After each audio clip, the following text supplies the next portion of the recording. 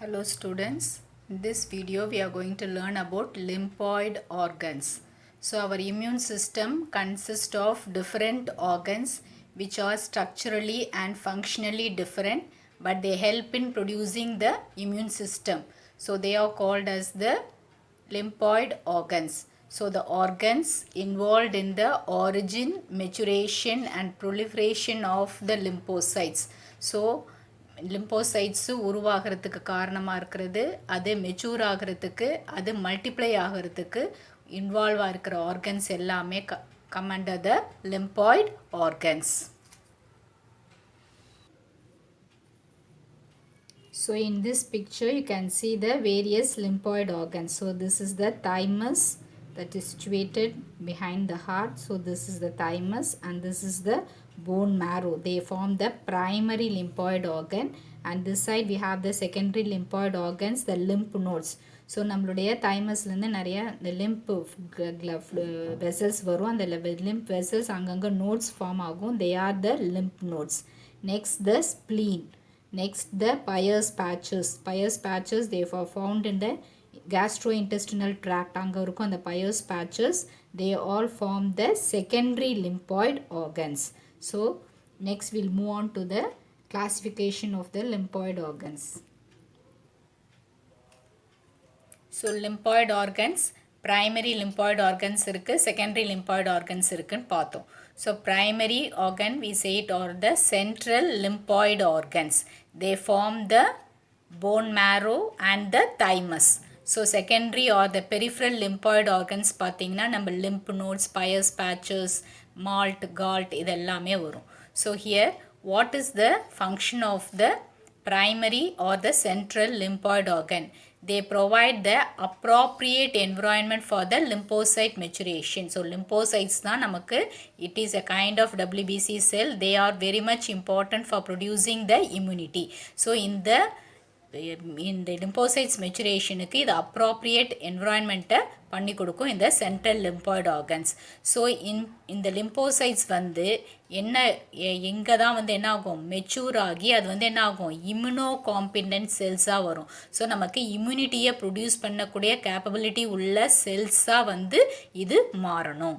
So example for the primary lymphoid organ is the bone மேரோ and the thymus gland of mammals. Mammals-ல bone marrow-வும் thymus gland-வும் தான் வந்து primary lymphoid organ. Birds-ல பார்த்தீங்கன்னா bursa of fabricus அதுதான் வந்து primary lymphoid organ. So இந்த lymphocytes பார்த்தீங்கன்னா 2 cells இருக்கும், B cells இருக்கும், T cells இருக்கும். இதில் இருக்க அந்த lymphocytes-ல உள்ள B cells வந்து bone marrow-ல mature ஆகும், T cells வந்து they mature in the thymus. Now coming to the bursa of fabricus. So bursa of fabricus is the primary lymphoid organ of birds. So it is found in the dorsal side. So dorsal side of the cloaca. So cloaca opening la and the dorsal region la வந்து bursa of fabricus இருக்கும். So இங்க தான் வந்து B lymphocytes mature and they give the humoral immunity in birds. So this is one important 2 mark question. So bursa of fabricus is the primary lymphoid organ of birds. It is attached to the dorsal side of the cloaca, and B lymphocytes mature in the bursa and bring about the humoral immunity. They give out the humoral immunity. Now we will move on to the secondary lymphoid organs. Coming to the secondary or the peripheral lymphoid organs. So நம்ம பார்த்தோம் secondary or peripheral lymphoid organs எதெல்லாம்னா lymph nodes, Peyer's patches, appendix, tonsils, adenoids, spleen, maltனா என்னதுன்னா mucosal associated lymphoid tissues, அதாவது mucosal membrane line பண்ணியிருக்கிற மாதிரி இருக்கிற lymphoid tissues. Next balt, bronchial, tracheal or bronchial இல்லை tracheal regionல associated இருக்கிற lymphoid tissues. Next galt, Peyer's patches தான் galtன்னு சொல்லுவாங்க, gastrointestinal associated lymphoid tissues.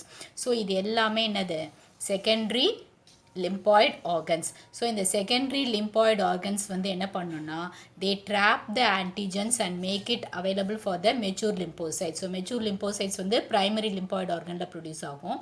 So இதோட இது என்னன்னா அந்த secondary lymphoid organs வந்து என்ன பண்ணுன்னா antigens-ஐ trap பண்ணும். So ஏன்னா இந்த antigens வந்து என்னது இந்த regionல so நம்ம mucosal regionல bronchial regionல இங்கெல்லாம் வந்து they are exposed to the antigens. So இந்த antigens வந்து expose பண்ணியிருக்கறனால அது என்ன பண்ணும் அந்த இடத்துல இருந்து அதை trap பண்ணி கொடுக்கும். So this is about the secondary lymphoid organs. Now we will move on to the primary lymphoid organs. So primary lymphoid organs என்னெல்லாம் படித்தோம்? thymus, bone marrow. First we will learn about thymus.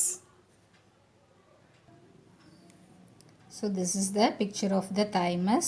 So thymus is a bilobed structure.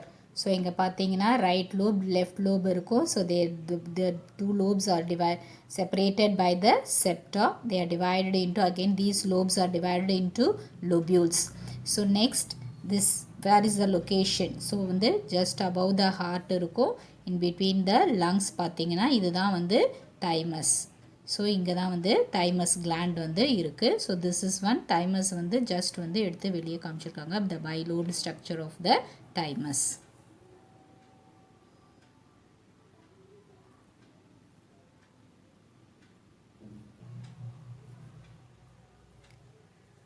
So இப்போ பார்த்தீங்கன்னா thymus picture பார்த்தோம். So thymus, it is a flat bilobed organ located behind the sternum. So sternumக்கு பின்னாடி இருக்கு, just above the heart. So the each lobe, so it consists of two lobes பார்த்தோம். So the two lobesல பார்த்தீங்கன்னா it will be containing numerous lobules. They are separated from each other by a connective tissue called the septa. So the lobules divide பண்ணுற மாதிரி இருக்கிறது வந்து each lobe is containing numerous lobules. ஒவ்வொரு லோப்லையும் நிறைய lobules இருக்கும். அந்த ரெண்டு லோபையும் செப்பரேட் பண்ண மாதிரி என்ன இருக்கும்? செப்டா இருக்கும். So each lobule is differentiated into two compartments. So ஒவ்வொரு லோபியூலும் பார்த்தீங்கன்னா two compartments இருக்கும். One is the outer compartment and another is the inner compartment. Outer compartment நம்ம outer cortex ன்னு சொல்கிறோம். So இந்த outer cortex regionல பார்த்தீங்கன்னா they'll be having the densely packed immature T cells. That is called the thymocytes இருக்கும். So outer கார்டெக்ஸில் நல்ல டென்ஸ்னா நிறைய lymphocytes T cells வந்து இருக்கும், thymocytes இருக்கும். இன்னர் மெடுலா ரீஜனில் பார்த்தீங்கன்னா கொஞ்சமாக sparsely only little thymocytes will be present. So the main secretion of the hormone, so இந்த thymus gland ஓட main hormone என்னதுன்னா thymosin. So thymosin ஓட function என்னதுன்னா the thymosin stimulates the T cells to mature and become immunocompetent. So இந்த thymosin தான் என்ன பண்ணும் இந்த T cells, அதாவது thymusல மெச்சூர் ஆகிற செல்ஸ், அதை வந்து என்ன பண்ணும் அதுக்கு இம்யூன் கேப்பபிலிட்டியை இம்யூனிட்டியை கொடுக்கக்கூடிய கேப்பபிலிட்டியை கொடுக்கும். So the thymosin stimulates the T cells to mature and become immunocompetent. So இந்த கொஷின் வந்து போன வருஷம் பப்ளிக்கில் கேட்டிருக்காங்க. So what is the hormone secreted by thymus, name its functions அப்படின்னு கேட்டிருந்தாங்க. So this is one important question. So இந்த தைமஸோட செக்ரீஷன் பார்த்தீங்கன்னா it will be very large இந்த இயர்லி சைல்டுஹுட்லேயும் உள்ள அடலசன்ட் ஏஜ்லேயும் பார்த்தீங்கன்னா வந்து pre adolescent stage, that is before 12லையும் பார்த்தீங்கன்னா ரொம்ப அதிகமாக இருக்கும். பட் பை ஏர்லி டீன்ஸ் பார்த்தீங்கன்னா தைமஸ் வந்து ஸ்லோவாக டிஸ்இன்டெகிரேட் ஆகி அந்த இடத்துல வந்து என்ன ஆகும், it will be disintegrated by and replaced by the adipose tissue. அதனால தான் நமக்கு அந்த 12 ஏஜ் வரைக்கும் நம்ம எந்த அளவுக்கு நம்ம இம்யூனிட்டியை டெவலப் பண்ணிக்கிறோமோ அந்த அளவுக்கு நம்ம வந்து ஹெல்த்தியாக இருக்க முடியும். ஸோ இதோடைய பீக் வந்து எப்போதுமே வந்து ஒரு ப்ரீ அடலசன்ட் பீரியட்லேயும் நியோநேட்டல் பீரியட் தான் சைல்ட்ஹுட்லேயும் நிறையா இருக்கும். பட் வந்து ஒன்ஸ் வந்து டீனேஜ் ஆகணும்னு என்ன ஆகும், ஸ்லோவாக அதோட இது வந்து டிக்ளைன் ஆக ஆரம்பிச்சிடும். So this is about the thymus. Next, moving on to the next primary lymphoid organ, that is the bone marrow. So bone marrow வந்து என்னது, ஒரு நம்மளுடைய போனுக்குள்ளே இருக்கிற அந்த ஸ்பாஞ்சி போர்ஷன் ஆஃப் த போனுக்குள்ளே இருக்கும். ஸோ நம்ம எலும்புலாம் பார்க்குறப்ப உள்ளே வந்து ஒரு ரெட் கலரில் ஒரு இது இருக்கும் ஸ்பாஞ்சி டிஷ்யூ, அதுதான் வந்து என்னது bone marrow. ஸோ இதில் வந்து என்ன இருக்கும்னா ஸ்டெம் செல்ஸ் இருக்கும். இந்த ஸ்டெம் செல்ஸ்க்கு நேம் என்னதுன்னா ஹீமட்டோபாய்டிக் செல்ஸ். ஸோ இந்த ஹீமட்டோபாய்டிக் செல்ஸோட கேப்பபிலிட்டி என்னென்னா they have the potential to multiply through cell division. So நியூவாக செல்ஸ் உருவாக்கிட்டே இருக்கும் பை செல் டிவிஷன். ஸோ இது வந்து ஒன்ஸ் வந்து அப்புறமா என்ன ஆகும்னா அது வந்து ஸ்டெம் செல்ஸாக இருக்கலாம், இல்லை வந்து என்ன பண்ணலாம் மெச்சூர் ஆகி different kinds of blood cells, அதாவது ஆர்பிசி டபிள்யூபிசி அந்த மாதிரி டிஃப்ரெண்ட் பிளட் செல்ஸாக மாறலாம். ஸோ நம்மளுடைய ஆர்பிசி டபிள்யூபிசி எல்லாமே எங்கே ப்ரொலிஃபரேட் ஆகும்னா நம்மளுடைய போன் மேரோவில் தான். So this is about the bone மேரோ.